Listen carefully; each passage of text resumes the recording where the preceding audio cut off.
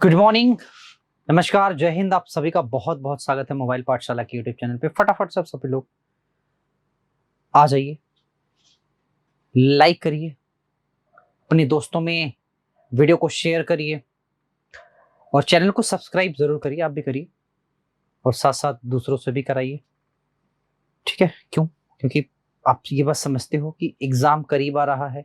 जैसे जैसे एग्जाम करीब आ रहा है वैसे वैसे आपके जो मॉक टेस्ट का जो नंबर है वो बढ़ना चाहिए, है ना? ज्यादा से ज्यादा आपको मॉक टेस्ट देना चाहिए। तो मेरा ये मानना है कि आप एक तो ऑनलाइन मॉक टेस्ट आप दे ही रहे हो, ये भी आपका एक मॉक टेस्ट के ही जैसा है, ठीक है मेरे भाई? आप अपना नंबर यहां पे काउंट किया करो कि आप यहां पे कितना नंबर एक्चुअली आप गेन कर रहे हो। अगर जितने भी हमारे पास क्वेश्चन रहेंगे, अगर आप समझ लो 90% के आसपास अगर आपके क्वेश्चन सही हो रहे हैं, तो सिंपल सी बात यह है, फिर मेंस क्लियर होने से कोई रोक नहीं सकता, कोई भी रोक नहीं सकता, याद रखना। तो घबराने का नहीं। बताओ, एक वस्तु है 10% छूट पर बेची जाती है और 40% अतिरिक्त छूट भी दी जाती है। तो दो छूटें हैं आपके पास। पहली बात तो कह रहा, अनीता ने इस वस्तु को 2700 रुपए नगद करके खरीदा, तो वस्तु का अंकित मूल्य क्या होगा? दो छूटें इस पे अप्लाइड है। एक तो वो छूट जो आपको पहले ही दी गई है, और दूसरा नगद भुगतान करने पर, यानी कि 2/5। तो मतलब ये रह जाएगी 3/5। और हमें जाना है अंकित मूल्य पे, तो हमें कुछ ऐसा करना पड़ेगा। 27 से 27 कैंसिल, 5 3 0 तो 3 0 लगा दो, ये आपका निकल गया अंकित मूल्य। मेरी बात आई समझ में? चलिए आगे बढ़िए। नेक्स्ट बढ़िया सा सवाल, अच्छा सा सवाल, इसको देखिए जरा। इसमें कुल 10,000 लोग हैं जिनका ये एक्चुअली डेटा एक दिया हुआ है।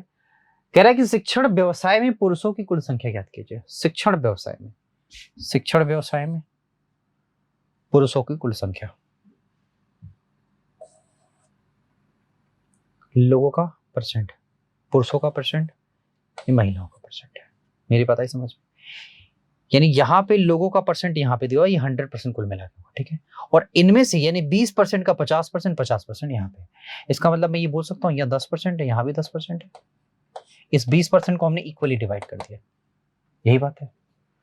कह रहा बताओ इसमें पुरुषों की संख्या क्या है? तो आप ध्यान से मेरी बात समझो, पुरुषों का क्या होगा? ये 20 का 10%। आप मेरी बात समझ रहे हो? ये जो टोटल पुरुष है उसका 10%, तो 10% क्या होगा? 1000 होगा। सिंपल सी बात, यानी 10,000 का 10% 1000 होगा। इतना ही कर रहा था कहानी। आइए मेरे भाई, आपसे पूछ रहा है कि इस वाले की वैल्यू बताओ, जबकि ये वाली वैल्यू दी गई। यहां आसान ये है कि आप समझते हो कि इसका स्क्वायर कर लो। स्क्वायर होगा 5 5 25 और 8 7 56, और सर प्लस का 2 कर लेना, बस इतना काम करना। प्लस का 2, सर प्लस का 2 करे कि माइनस का 2? यहां माइनस आएगा, प्लस का 2 कर लो।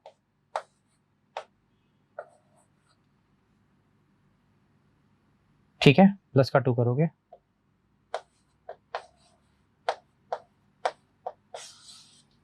58.25 आपके सवाल का राइट आंसर है। आगे बढ़े, देखो आपके पास कह रहा है कि 6 पूर्णांकों का औसत क्या है? 48 है। पहले 5 पूर्णांकों का औसत छठे का 70% है। मेरी बात है समझ में? यहां कह रहा है कि औसत मतलब आई मीन एवरेज दिया 48 के, पहले 5 का जो औसत है वो छठे का 70% है। छठे का 70% होने का क्या मतलब है कि भैया अगर ये 10 है तो इसका 70% यानी कि 7 होगा। ठीक, ये 5 का औसत है ना? ये 5 का औसत है और ये 6th नंबर का पूर्णांक है, ठीक है? और 6 आप समझते हो कि ये उनका सम हो जाएगा, 6 संख्याओं का सम। आप यहाँ 5x समझो, या आप ये समझो कि 5 है और ये x को मान लो इसमें, तो 5 7 35x, यानी 5 संख्याओं का जो सम बनेगा इतना बनेगा, और एक संख्या उसका जो सम बनेगा सर वो 10x बनेगा। ओवरऑल में अगर बोलूं तो ये हो जाएगा 45 इसके ओवरऑल। तो आपसे पूछा छठा पूर्णांक क्या होगा, छठा पूर्णांक जो होगा वो 10 होगा। तो ध्यान से मेरी बात समझना, आप यहाँ पे 2 का गुणा कर लो और इधर भी 2 का गुणा कर लो, यहां से निकाल लो बाहर। किसको बाहर निकालें सर? 5 को, 5 दूना 10 x। ठीक, ध्यान से समझिएगा, 10x 9 से डिवाइड कर दो तो यहां हो जाएगा 2 के, यहां हो जाएगा 16 के, 16 चौके 64। 10x की वैल्यू क्या आ गई सर? 64। और 10x ही क्या था? छठा नंबर का पूर्णांक था। 10x ही छठा नंबर का पूर्णांक था, वो आ गया 64 के बराबर। समझ गए? आई 4 अंकों की बस सबसे छोटी से छोटी संख्या कौन सी है जो 4, 8, 12, 16 से विभाज्य? सिंपल सी बात कह रहा है कि 4, 8, 16, 12 से विभाज्य होनी चाहिए। तो इसका मतलब हमें ये चेक करना है कि इनमें से कौन सा वो नंबर है जो इन सभी नंबरों से डिवाइड हो। तो भैया एक बात सिंपल सी बात क्लियर है कि अगर ये 12 से डिवाइड है तो 3 से डिवाइड होना चाहिए। 3 से डिवाइड ये नहीं है, ये नहीं है, ये भी नहीं है, एक ही नंबर 3 से डिवाइड है। तो इसका मतलब आंसर ही सबसे लास्ट वाला है, बाकी और चीजों के पीछे पड़ने की कोई जरूरत नहीं है। अगला सवाल देखिए, कह रहा एक पाइप से एक टैंक को 15 घंटे में भरा जा सकता है। पेंदी में रिसाव के कारण यह 20 घंटे में भरता है। यदि टैंक पूरा भर गया हो और पाइप को बंद कर दिया जाए तो रिसाव के कारण इसे खाली होने में कितना समय लगेगा? यही बात है। तो अब ध्यान से मेरी बात समझो, पहले रिसाव की आपको क्षमता निकालनी पड़ेगी, इफिशिएंसी उसकी क्या है। तो 15 घंटे में तब भरता है जब वो खाली खाली टैंक को भरना है, और रिसाव के साथ वो भरता है 20 घंटे में। दोनों का एलसीएम हो जाएगा 60। आपको समझ में आ रहा है?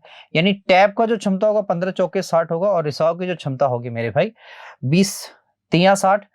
आप मेरी बात समझ रहे हो? 3, यानी कि जो रिसाव की क्षमता होगी वो एक्चुअली 1 होगी, यानी कि एक क्षमता से 60 धारिता को वो खाली करने में भैया 60 मिनट या 60 घंटे ही लगाएगा। 60 घंटे लगाएगा। समझ के? आसान है, कोई दिक्कत तो है नहीं इसमें। आगे बढ़िए। मैंने आपको एक छोटी सी ट्रिक बताई है कि ऐसे सवाल को आप कैसे कर सकते हैं और कितना फास्ट कर सकते हैं ऐसे सवालों को। सवाल पढ़ लो। कह रहा है कि 2 लंबवृत्तीय बेलनों की त्रिज्याओं का अनुपाती है। तो अनुपात त्रिज्याओं का है, आपसे पूछा है उनके आयतनों का अनुपात। जब आयतन का अनुपात पूछे तो खटक से त्रिज्या को 2 गुना कर दो। 4 मतलब 2 गुना नहीं, स्क्वायर कर दो, 4 और 9। ठीक है। और इसमें क्या कर दो? ऊंचाइयों का गुणा कर दो, ऊंचाइयों का सीधे सीधे गुणा। तो यहां हो जाएगा 27 और यहां हो जाएगा 20। देखा कितनी आसानी से आंसर आया, कितनी आसानी से और कितना फास्ट आया आंसर। ठीक है, आइए बढ़िए। एक वृत्त है, कह रहा है कि 15 सेंटीमीटर लंबी चाप है। ठीक है भैया, 15 सेंटीमीटर लंबी चाप है। आपसे बोला है कि केंद्र पर 24 डिग्री का कोण अंतरित करता है। यानी चाप की लंबाई का मतलब वो बोला है कि ऐसे कुछ,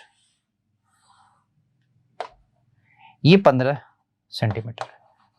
तो ये तो परिधि का भाग हुआ। क्यों भाई? परिधि का भाग हुआ। और ये वाला जो एंगल है वो है 24 डिग्री के। ये भी समझ में आ रहा है आपको? तो कहता बताओ परिधि क्या होगी। ध्यान से मेरी बात समझना। उसने बोला है कि अगर 24 डिग्री का जो आंसर वो 15 आ रहा है, तो एक्चुअली 360 का आंसर क्या आएगा? तो इसको 360 हमें बनाना है किसी भी तरीके से। 360 कैसे बनाए आप देखो जरा ध्यान से। मैं एक काम करता हूं, 4 इधर कर लेता हूं, 4 छक्का 24। ठीक है भैया। और अगर मुझे 36 बनाना तो पहली बात तो 6 का गुणा करो, 6 छक्के 36, या आप 6 का ही क्यों करो, आप 3 का कर दो और गुणा 5 का कर दो। 3 और 5 का गुणा कर दो। तो आप चेक करो आपके पास क्या आया। 5 दूना 10 आया क्या जी? तो आपने 15 का यहां गुणा किया, 15 का इधर गुणा, तो 15 का इधर भी कर दो। अब ये बन गया 360 डिग्री। मैं समझाता हूं 360 डिग्री मैंने क्यों बनाया, और आंसर आ गया आपका 225। मैं समझाता हूं क्योंकि इतने डिग्री का जो आपका पेरीमीटर है वो है 15। मेरी बात समझ रहे हो?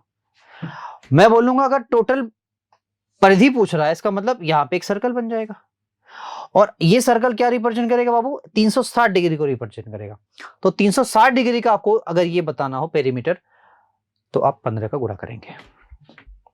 ठीक, आई बढ़िए बढ़िए बढ़िए। ऐसे सवाल भी करने को आपको मिल सकते हैं, ऐसे सवाल बिल्कुल मिलेंगे, 100% करने को मिलेंगे। ध्यान से मेरी बात समझो। यहाँ पे जो बटा 3 है एक्चुअली में उधर जाएगा तो हो जाएगा स्क्वायर के, सॉरी पावर 3 के हो जाएगा। मेरी बात है समझ में? पावर 3 हो जाने का क्या मतलब है सर, आप इसको एक्सपेंड कर सकते हो। कह रहा है एक्स और वाई की वैल्यू 0 के बराबर नहीं है, तो आपसे बोला ये आसान है, कोई दिक्कत इसमें नहीं है। ठीक है, यहां थोड़ा सा गड़बड़ मुझे दिख रहा है, मेरी बात ध्यान से समझना। वैसे करना है इसको, एक्स का क्यूब प्लस वाई का क्यूब का होल स्क्वायर कर लेना, x square plus y square का होल क्यूब कर लेना, और इसका स्क्वायर और इसका होल क्यूब वाला फार्मूला लगा देना। तो आप देखोगे तो देखो समझो कि x पे पावर 6 y पे पावर 6 प्लस 2 x का क्यूब और y का क्यूब, यही आएगा। x पे 6 y पे 6 3 x स्क्वायर y स्क्वायर, यही बात है। तो ये वाली चीजें इससे कट जाएंगी, आपको पता है, समझ में आता है इसको। यहाँ है 3 x का क्यूब y का cube that is equal to, अरे 3 नहीं है यहाँ पे 2 है, 2, और यहाँ पे है 3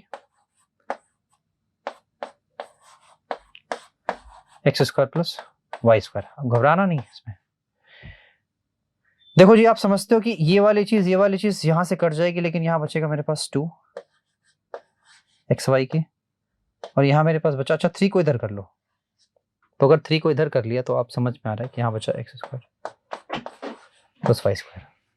इस एक्स वाई को नीचे लेते जाओ, तो एक्स वाई को अगर नीचे ले जाओगे तो 2/3 मुझे यहां मिला ही है, और x square plus y square बटा एक्स वाई।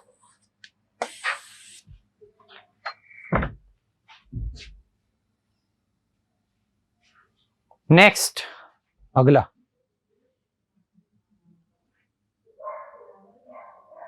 एक समलंब चतुर्भुज की समांतर भुजाओं के एक युग की लंबाई ये है, समलंब है और लंबवत दूरी ये है, तो क्षेत्रफल बताइए। बाबू क्षेत्रफल का फॉर्मूला सीधा सीधा क्लियर है कि 1/2 समांतर भुजाओं का योग, इनका ऐड यानी सम 45 गुणा बीच का दूरी यानी कि 14, 7 5 35 यूनिट डिजिट 5 के साथ पेंसिल मार दो। आगे बढ़ो, आगे बढ़ो, खटाखट आगे बढ़ो। 2 उम्मीदवार के बीच एक चुनाव में उम्मीदवारों में से एक को 35% मत हासिल हुए हैं, कह रहा, और दूसरे उम्मीदवार को इतना मत से हार जाता है। तो एक को 35 मिला है, तो सिंपल सी बात है दूसरे वाले को 65 मिला होगा।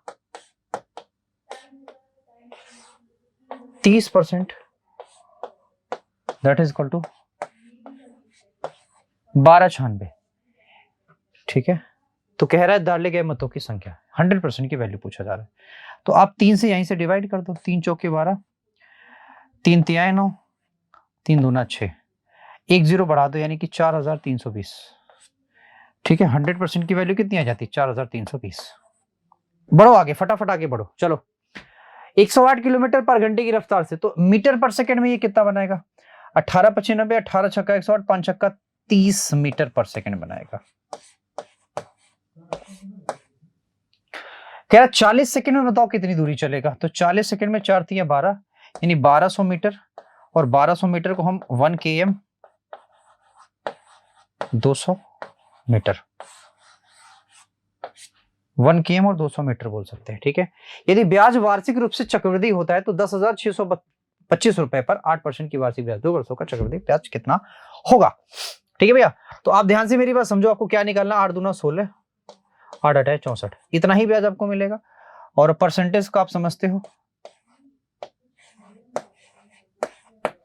परसेंटेज डबल डेसिमल यहां कर देगा, या आप समझ लो यहां कर देगा, इन्हीं का गुणा कर लो, बस गुणा करने ना, जो भी आंसर आएगा वो मैं अब बता देना मुझे आंसर करके, कैंसर कमेंट में। ठीक है, दो संख्याएं हैं एक्स वाई इस प्रकार हैं कि एक्स के 18% वाई के 8% का योग, तो एक्स के 18%,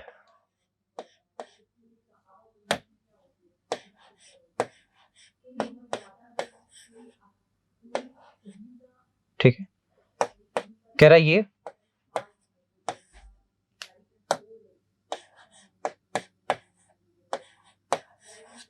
ये दोनों बराबर हैं। अच्छा, 1/3 भी कह रहा है।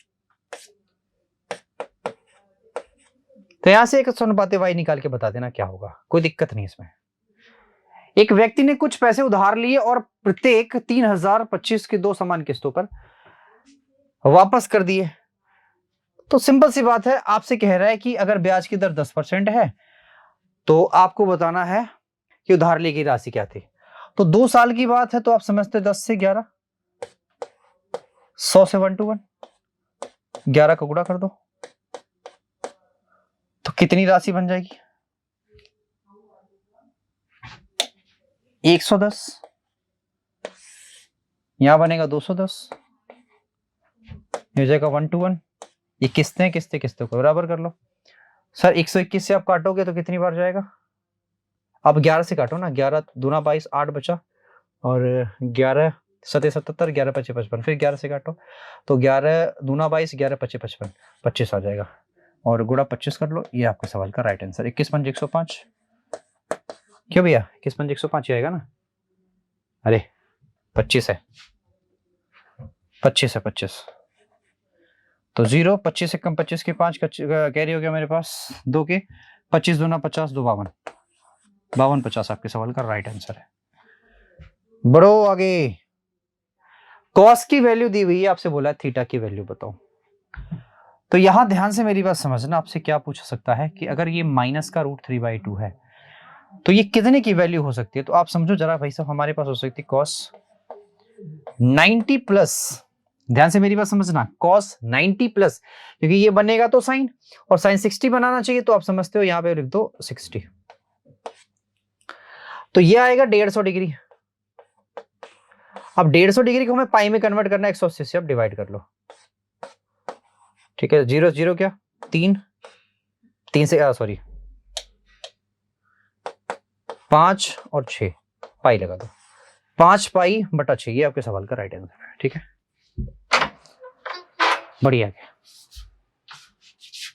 यहाँ पे आपको चौथानुपाती बताना है, यानी चतुर्थानुपाती बताना। सिंपल सी बात है, चतुर्थानुपाती क्या होता है, यानी जिसको हम बोलते हैं 4th प्रोपोर्शन।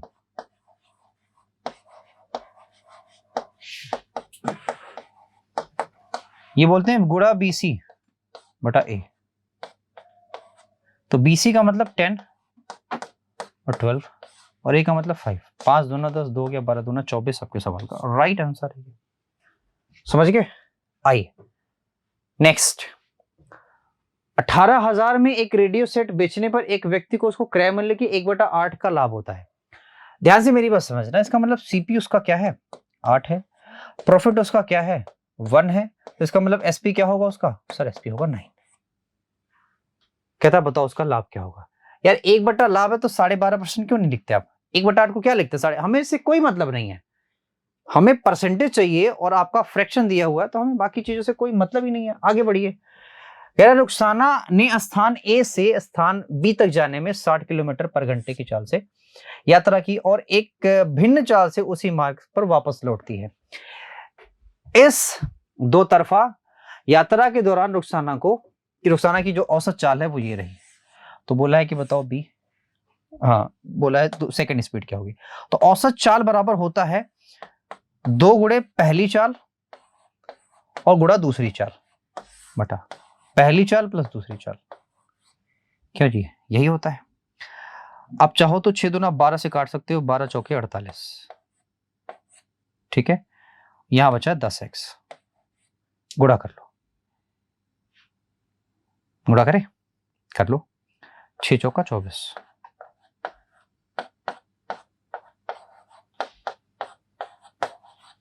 तो x की जो वैल्यू आएगी आप समझते हो 240 बटा 6 क्या आएगी 6 चौका 24 यानी कि 40, यानी कि जो दूसरी उसकी चाल कितनी है सर 40 किलोमीटर पर घंटा। दूसरी चाल क्या है उसकी 40 किलोमीटर पर घंटा है, और यही आप उत्तर देने का प्रयास करिए। बोला इसका वर्गमूल क्या होगा, तो पहले हम इसको सॉल्व तो करें, वर्गमूल की बात तो बाद में आएगी, पहले सॉल्व करो। अब देखो कैसे इसको सॉल्व कर सकते हो, पहले सॉल्व करोगे छोटे वाले ब्रैकेट को, 6 3 9 9 8 72, 72 में से 4 गया 68, ठीक है बात है समझ में, और 68 में से 6 गया तो भैया आ जाएगा 68 में से 6 गया 62, ठीक है, और ये प्लस होगा 79 माइनस क्या होगा भैया, माइनस होगा ना, यहाँ प्लस हो जाएगा, डिवाइड बाई 2, तो 2 करोगे तो आएगा 31, 31 और प्लस ये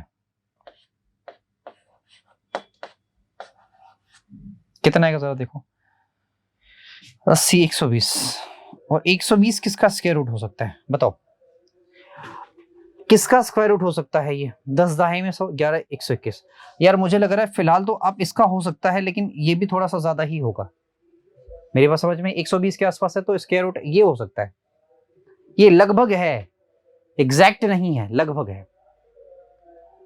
ठीक है, क्लियर है। तो यहाँ पे आपके 20 के 20 सवाल मैंने आपको करा दिए हैं। सेशन को पूरा जरूर देखा करिए, सेशन को पूरा देखेंगे तो आपको क्वेश्चन का जो मॉडल है वो समझ में आएगा, और यकीन मानिए कि ऐसे ही एग्जाम में आपके क्वेश्चन आने वाले हैं। ठीक है, तो इतना ही आज, thank you so much, bye bye, take care.